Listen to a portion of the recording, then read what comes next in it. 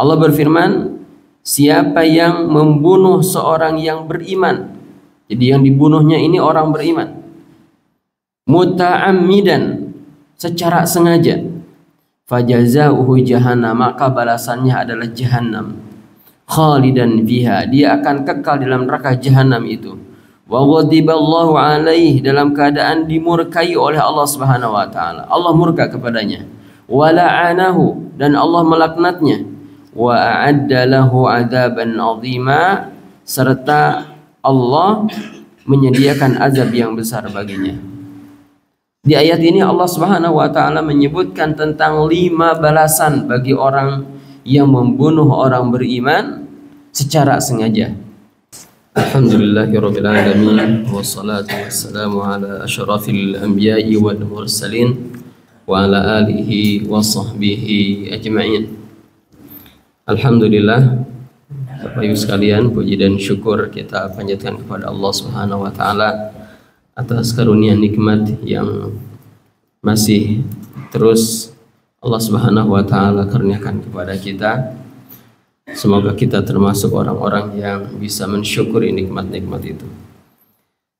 Insyaallah kita akan kembali melanjutkan kajian kita di setiap Sabtu pagi ini. Dan kita akan melanjutkan pembahasan dari Al-Kabair, tentang dosa-dosa besar. Di antara hal yang memotivasi kenapa kita harus mengetahui dosa-dosa besar, tentu agar kita bisa menghindarinya.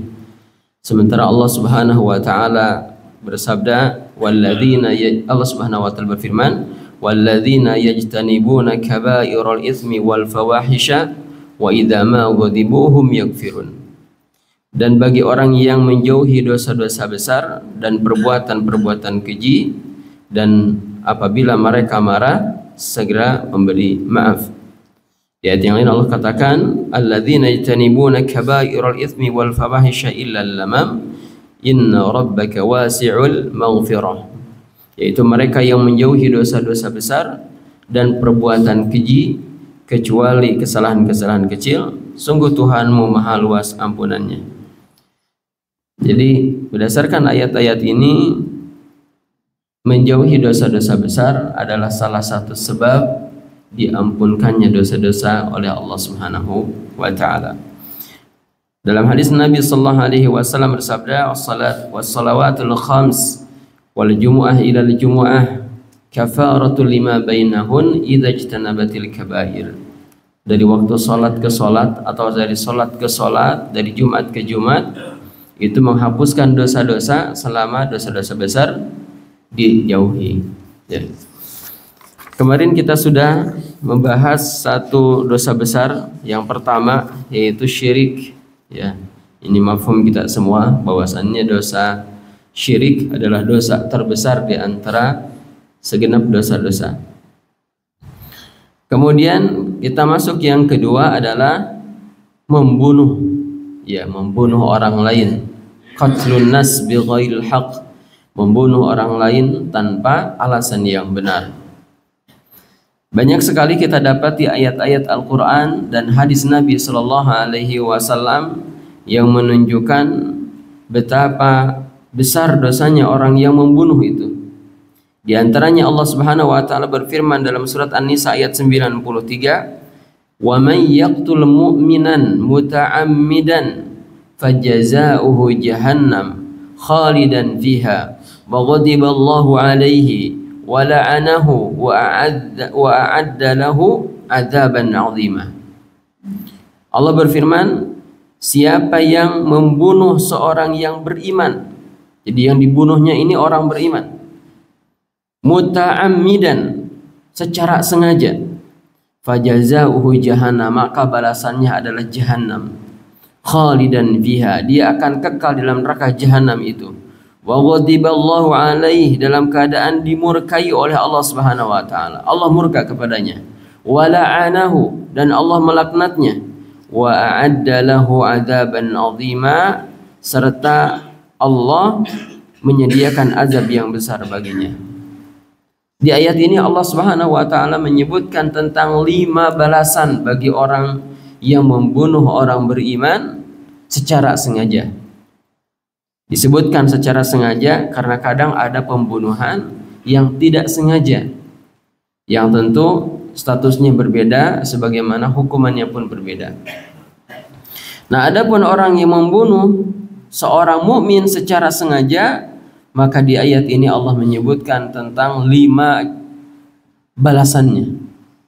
Ya, yang pertama, dia dimasukkan ke dalam neraka jahanam.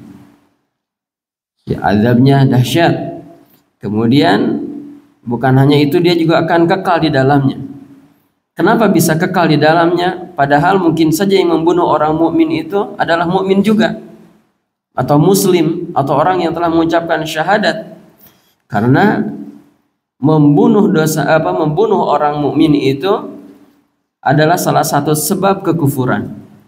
Ya. Sebagaimana Nabi sallallahu alaihi wasallam bersabda, "Sibabul muslim fusuqun wa qitaluhu kufrun." Mencaci maki seorang muslim itu kefasikan, ya, dosa. Wa qitaluhu, dan membunuhnya adalah kekafiran.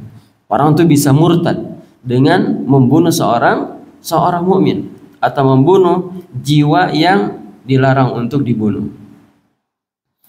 Maka Allah Subhanahu wa taala menghukum orang yang membunuh orang mukmin secara sengaja berupa neraka jahanam, dan dia kekal di neraka jahanam itu, wa ghadiballahu alaihi, dalam keadaan orang ini dimurkai oleh Allah, dilaknat oleh Allah.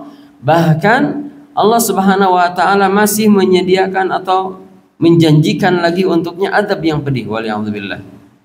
Di neraka jahanam dia sudah disiksa, tetapi masih juga Allah katakan a'adalahu adzaban 'azima, Allah menyediakan azab yang besar baginya. Ya. Seandainya orang-orang yang membunuh ini tahu tentang apa yang akan mereka dapati berupa azab yang besar di sisi Allah Subhanahu wa taala yang 5 ini, maka seharusnya tentu mereka berpikir berulang-ulang, ya. Tapi juga barangkali, ya, tersebarnya banyak pembunuhan di negeri kita karena hukumannya yang ringan bagi pembunuh. Coba kalau syariat Islam ditegakkan, tentu orang yang akan membunuh itu berpikir 1000 kali. Karena kalau dia membunuh, maka dia akan dibunuh lagi, qisas. Ya. Tapi karena hukumannya ringan, membunuh hanya dipenjara beberapa tahun, dikurangi masa ini, kurangi itu, kemudian ada bayarannya juga, akhirnya dia bebas. Karena dia menganggap bahwa membunuh itu bukan perkara yang besar, akhirnya waliyadzubillah marak sekali pembunuhan.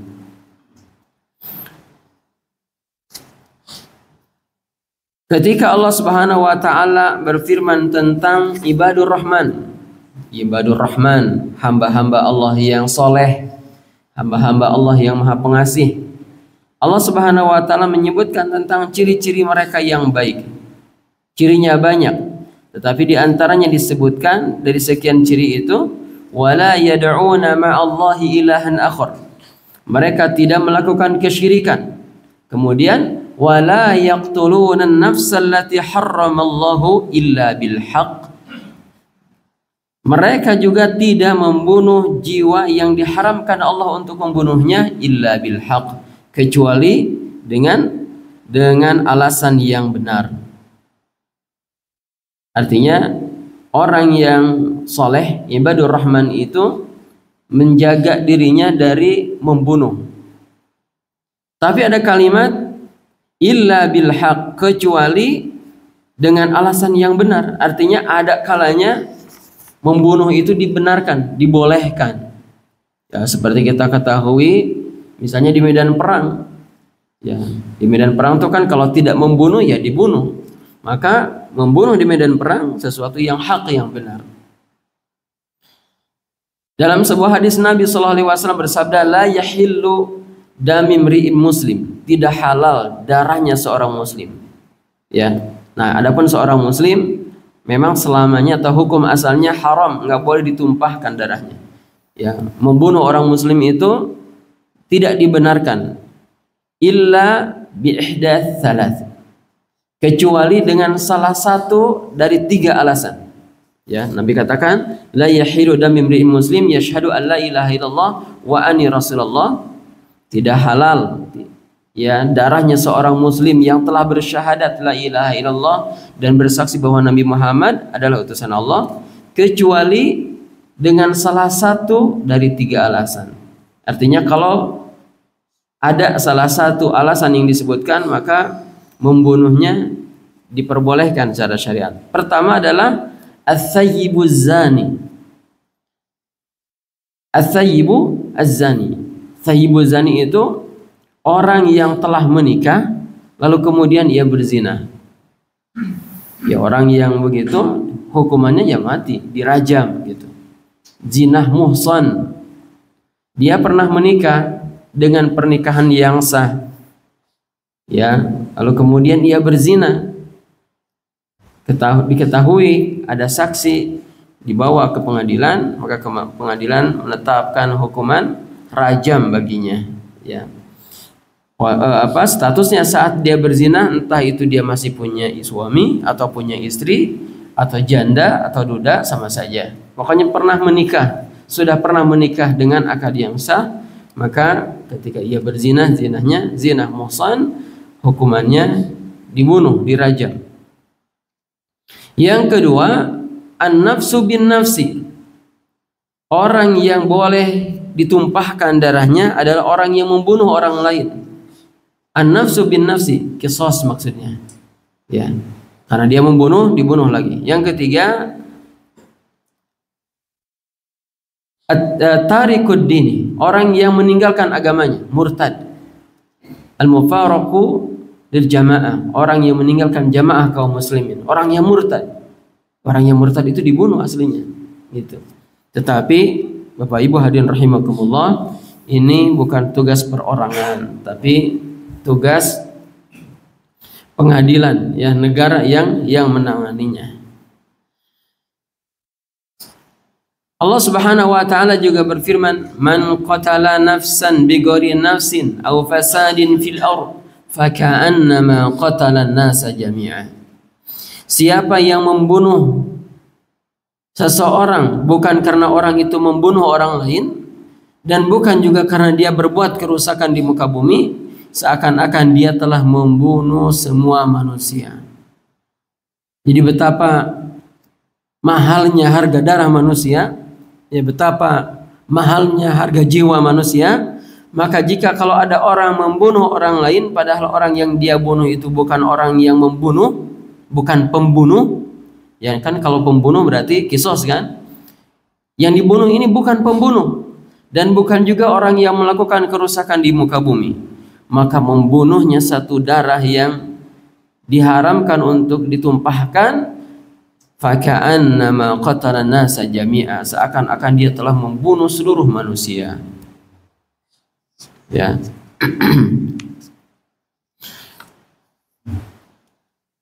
Nabi sallallahu alaihi wasallam pernah ditanya, ya, ayu dzambi a'zam, dosa apa yang paling besar?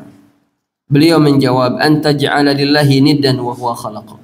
Kamu menjadikan sekutu bagi Allah padahal Allah yang menciptakanmu. Artinya dia berlaku syirik. Qala qultu thumma madza? Kemudian yang bertanya ini nanya lagi, kemudian apa lagi ya Rasulullah? Kata Nabi, an taqtula waladaka khasyata an yat'ama ma'ak. Kamu membunuh anakmu karena kamu takut ia makan bersamamu. Ya. Kamu membunuh anakmu karena takut anakmu itu makan bersamamu. Kamu membunuh anakmu, menggugurkan anakmu yang sudah memiliki nyawa karena kamu takut tidak bisa membiayai hidupnya. Menggugurkan kandungan, Pak. Ada orang istrinya hamil lagi, ya. Lalu kemudian dia merenung, berpikir tentang keadaan ekonominya yang sulit, tentang kehidupannya yang susah.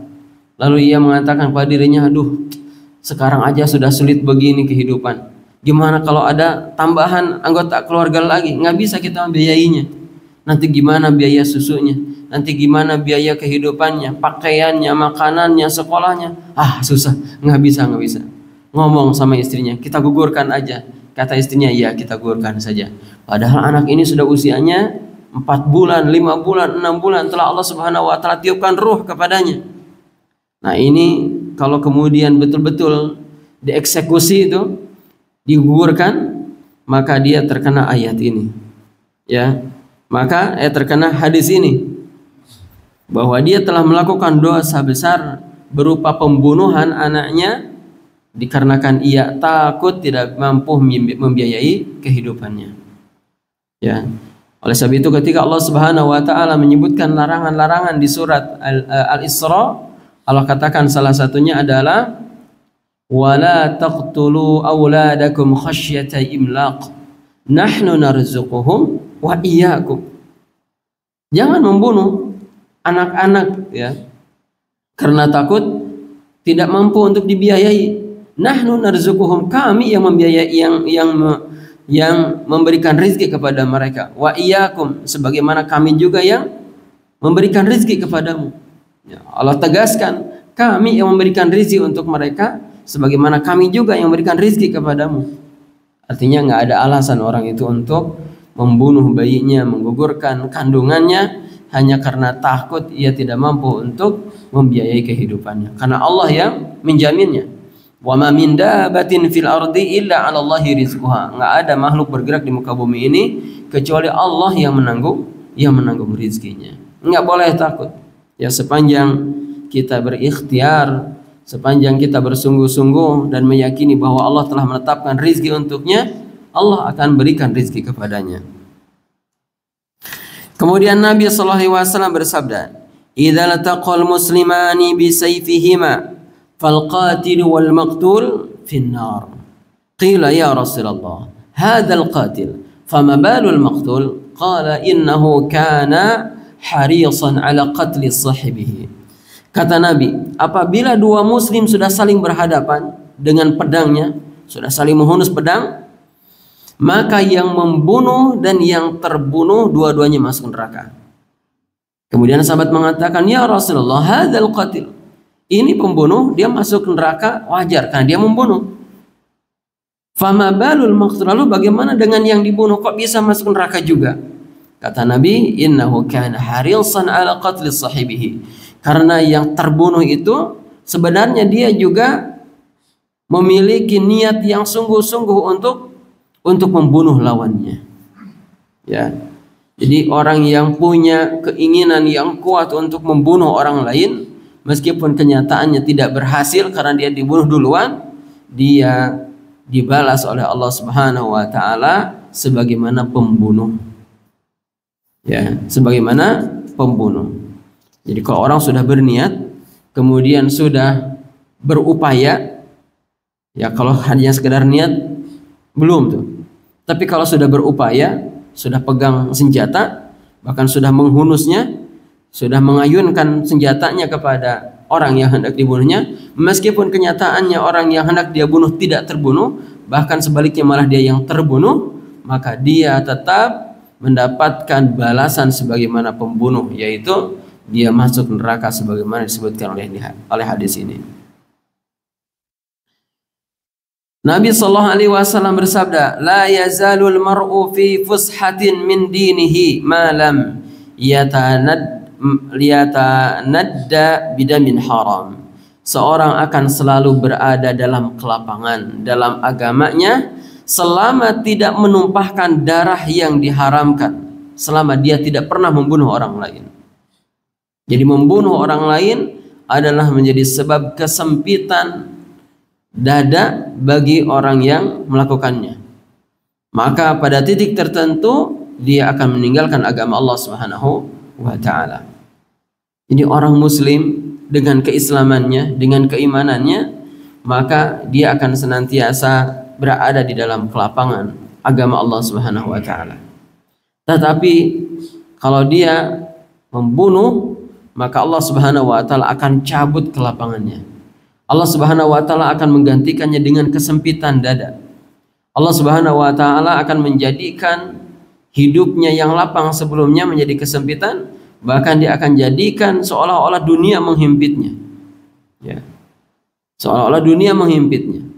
Ini adalah balasan bagi orang yang membunuh di dunia sebelum ia mendapatkan balasan yang lebih besar, yang lebih berat di kehidupan akhirat. Hadirin rahimakumullah, ini adalah dalil-dalil yang menunjukkan betapa mengerikannya pembunuhan ini, ya. Oleh sebab itu, kalau kita mendapati informasi atau kabar, mendengar kabar, membaca berita orang membunuh orang hanya karena alasan-alasan yang sepele, ya sebenarnya ini adalah fitnah yang telah menyebar di muka bumi ini. Dan ini salah satu tanda semakin dekatnya hari kiamat. Waktu itu kita sudah atau pernah membahas tentang tanda-tanda dekatnya hari kiamat. Di antara sekian banyak tanda, salah satunya adalah tersebarnya pembunuhan. Orang dikit-dikit membunuh, dikit-dikit bunuh. Hanya karena urusan parkir, ya, lahan parkir, perebut lahan parkir, membunuh. Hanya karena mendengar ucapan yang tidak dia sukai dari istrinya, dibunuh istrinya. Seorang anak hanya karena dia tidak dikabulkan keinginannya oleh orang tuanya, padahal urusan-urusan sepele, orang tuanya dibunuh, waliyahulillah. Ya. Membunuh orang tua lebih berat lagi dosanya. Ya. Membunuh orang mukmin dosanya amat sangat besar. Lalu bagaimana kalau yang dibunuhnya orang mukmin dan orang tuanya lagi? Dosanya amat sangat besar, berlipat-lipat itu. Ya. Nabi SAW melarang seseorang itu mencaci atau memaki orang tuanya. Lalu kemudian sahabat mengatakan, "Ya Rasulullah, bagaimana seseorang bisa mencaci orang tuanya?" Kata Nabi, "Kamu mencaci maki orang tua orang lain." Ya. Lalu orang itu mencaci maki orang tuamu. Itu sama saja dengan kamu mencaci maki kedua orang tuamu. Tapi yang menarik dari ucapan sahabat ini, "Ya Rasulullah, bagaimana seseorang mencaci maki orang tuanya?" Jadi di zaman itu, di zaman para sahabat, mencaci maki orang tua itu sesuatu yang enggak masuk akal gitu. Ya. Sesuatu yang pasti tidak akan dilakukan. Karena mereka memuliakan orang tua mereka. Mereka menghormati orang tua mereka. Mereka menjaga orang tua mereka. Di zaman ini bukan hanya dicaci maki Bapak Ibu sekalian, bahkan ada yang dibunuh, waliyahulillah.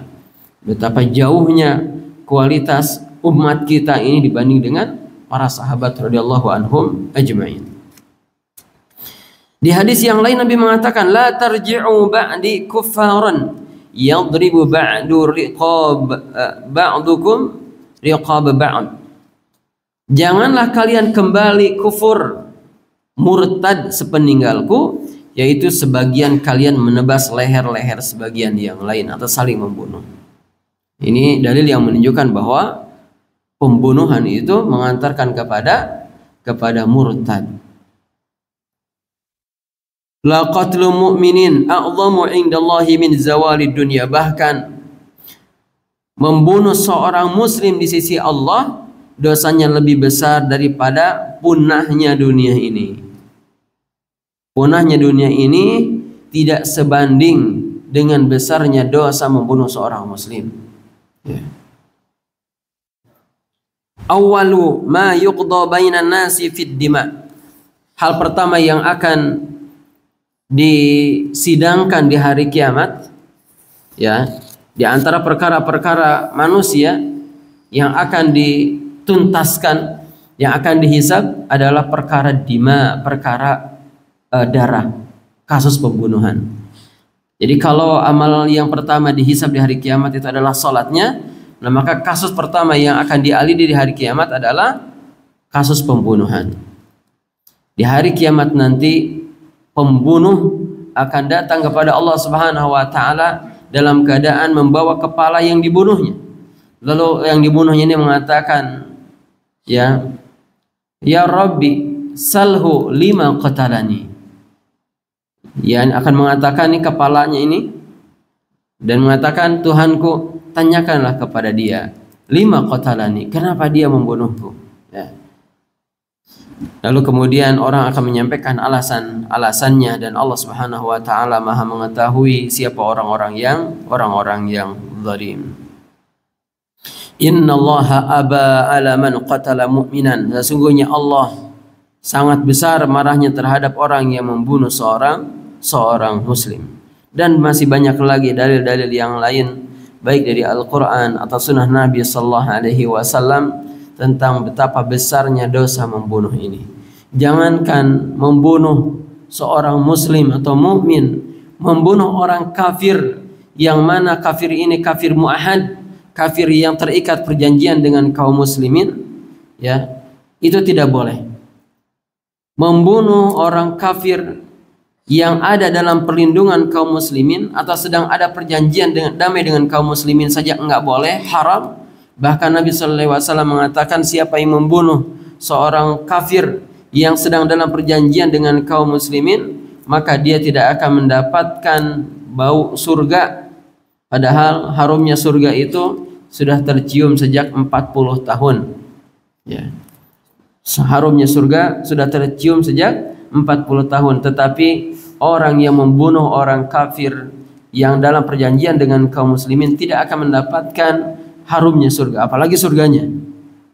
Nah, kalau terhadap orang kafir begini saja hukumannya seperti itu, lalu bagaimana kalau yang dibunuhnya adalah seorang muslim, orang mukmin, orang yang bersyahadat, yang ruku dan sujud kepada Allah Subhanahu wa taala, ya.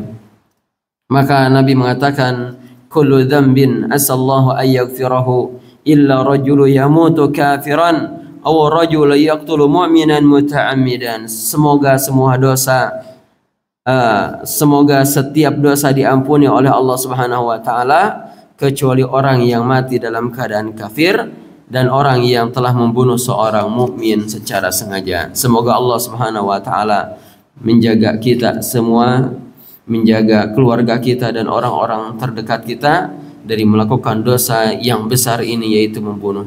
Semoga Allah Subhanahu wa taala menjauhkan diri kita dari segala bentuk pembunuhan, baik sengaja maupun tidak sengaja. Allahumma inna nas'aluka al-afiyah wa sallallahu ala Muhammadin wa ala alihi wa sahbihi wa sallam walhamdulillahi rabbil alamin. Assalamualaikum warahmatullahi wabarakatuh.